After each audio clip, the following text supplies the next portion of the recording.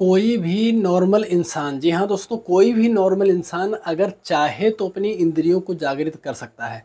इंद्रियों को जागृत करने का मतलब है कि आप एक भविष्य के ज्ञाता बन जाएंगे। ये जो इंद्रियां हैं, इनमें इतनी सारी शक्ति है जिसको शब्दों में वर्णन नहीं किया जा सकता। आज हम लोग जानेंगे इंद्रियों के बारे में, इनके बारे में हम लोग जानेंगे भी और समझेंगे भी कि आखिर में इंद्रियां हैं क्या। हाँ दोस्तों, ये इंद्रियां वही चीज है जिसको अगर कोई आम इंसान, जी हाँ दोस्तों, अगर इन इंद्रियों को कोई आम इंसान जागृत कर लेता है तो उसके अंदर अपार शक्ति आ सकती है। जी हाँ दोस्तों, अगर एक आम इंसान इन इंद्रियों को जागृत कर लेता है, जो इंद्रियां इंसान के अंदर होती हैं, अगर कोई इंसान इन इंद्रियों को जागृत कर लेता है तो उसके अंदर अपार शक्ति आ सकती है, अपार बल आ सकता है। वो इंसान इंद्रियां जागृत करने के बाद किसी का भी भविष्य देख सकता है, वो भविष्य का ज्ञाता बन सकता है। जी हाँ दोस्तों, अगर वो चाहे तो अपना उसका समय कैसा चल रहा है वो ये जान सकता है। अगर वो चाहे तो किसी और का भी भविष्य जान सकता है, किसी का भी भूतकाल जान सकता है, किसी का भी प्रेजेंट जान सकता है, किसी का भी भविष्य काल जान सकता है। ये इंद्रियां, इन इंद्रियों में इतनी शक्ति होती है, इतना बल होता है कि इंसान इससे कुछ भी कर सकता है।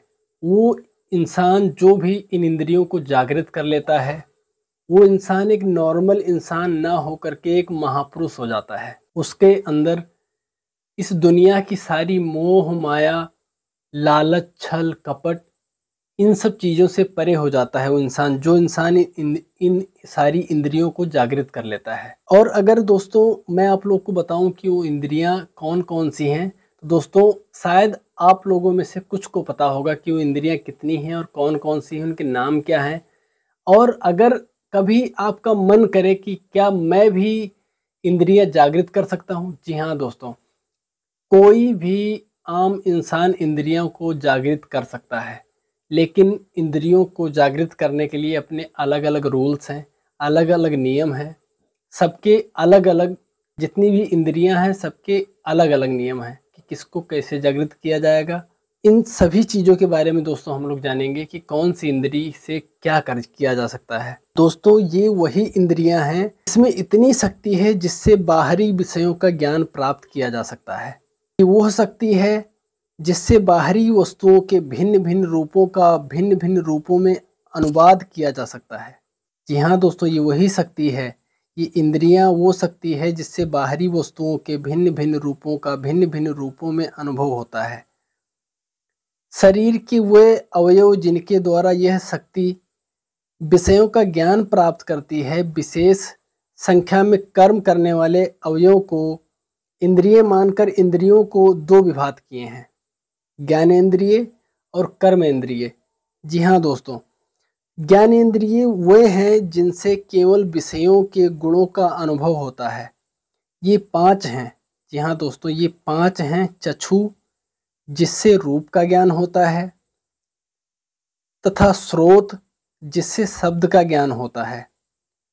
इसके बाद नासिका, जिससे गंध का ज्ञान होता है।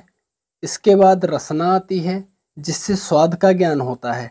और इसके बाद आती है त्वचा, जिससे स्पर्श द्वारा कड़े और नरम आदि का ज्ञान होता है।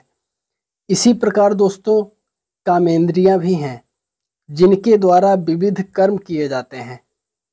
ये भी 5 हैं दोस्तों। सबसे पहली वाणी, बोलने के लिए, ये भी एक इंद्री है। हाथ पकड़ने के लिए, ये भी एक इंद्री है।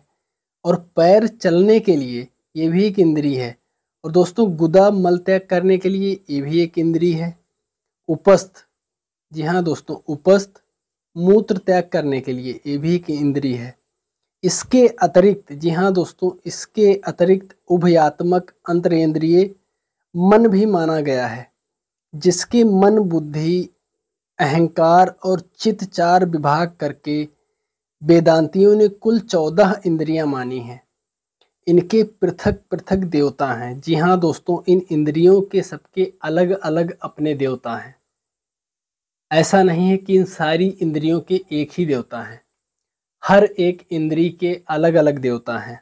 अब जैसे दोस्तों अगर मैं आपको बताऊं तो इनके पृथक पृथक देवता कल्पित किए हैं, जैसे कान के देवता दिशा हैं, और त्वचा के वायु हैं, और चक्षु के सूर्य हैं, और जिह्वा के प्रचेता हैं, और नासिका के अश्विनी कुमार हैं, और वाणी के अग्नि, और पैर के विष्णु, और हाथ के इंद्र, और गुदा के मित्र, और उपस्थ के प्रजापति, और मन के चंद्रमा, और बुद्धि के ब्रह्मा, और चित्त के अच्युत, और अहंकार के शंकर, और न्याय के मत से पृथ्वी का अनुभव, घ्राण से जल का जिह्वा से, और तेज का चक्षु से, और वायु का त्वचा से, और आकाश का कान से होता है। जी हाँ दोस्तों, ये सभी इंद्रियों का आपस में ऐसा नेटवर्क की तरह कनेक्शन है।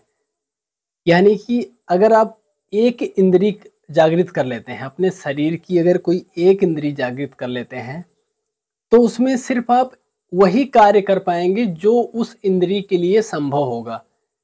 ये नहीं है कि आप अगर रीढ़ की इंद्री को जागृत कर लेते हैं तो आप भविष्य देख सकेंगे। नहीं दोस्तों, वो उसका कार्य नहीं है। और दोस्तों, ये भविष्य देखने की, जिसको वैज्ञानिक शब्दों में कहा जाता है सिक्स्थ सेंस। जी हाँ दोस्तों, जिसको सिक्स्थ सेंस कहा जाता है वैज्ञानिक भाषा में।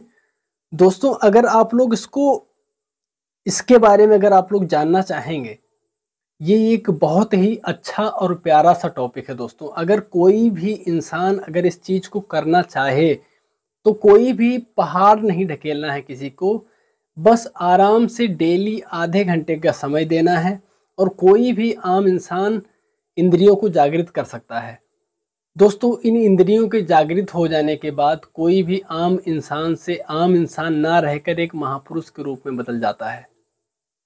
जैसे कि उसके मन से लोभ, माया, लालच, छल, कपट, ये सारी चीज़ों का उसके मन से ये सारी चीज़ें हट जाएंगी। उस इंसान की सोच एक नॉर्मल इंसान से अलग होगी। वो सबसे अलग सोचेगा, वो लोगों का भला सोचेगा कि कैसे लोगों की मदद की जा सकती है, कैसे ये जो दुनिया में पाप चल रहे हैं, कैसे इस धरती को पाप मुक्त किया जा सकता है, कैसे धर्म के राह पे चला जाता है। दोस्तों, इन इंद्रियों में बहुत सारे राज छुपे हुए हैं। और दोस्तों, इस वीडियो का जो दूसरा पार्ट आने वाला है, उस वीडियो में हम लोग जानेंगे कि इन इंद्रियों को जागृत कैसे करते हैं।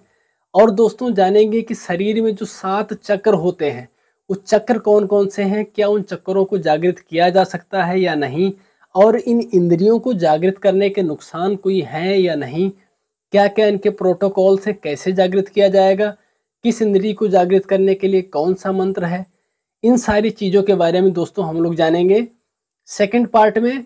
और दोस्तों, अगर हमारे द्वारा दी गई हुई जानकारी आप लोगों को अच्छी लगे तो कृपया चैनल को सब्सक्राइब और वीडियो को लाइक और एक प्यारा सा कमेंट जरूर कीजिएगा।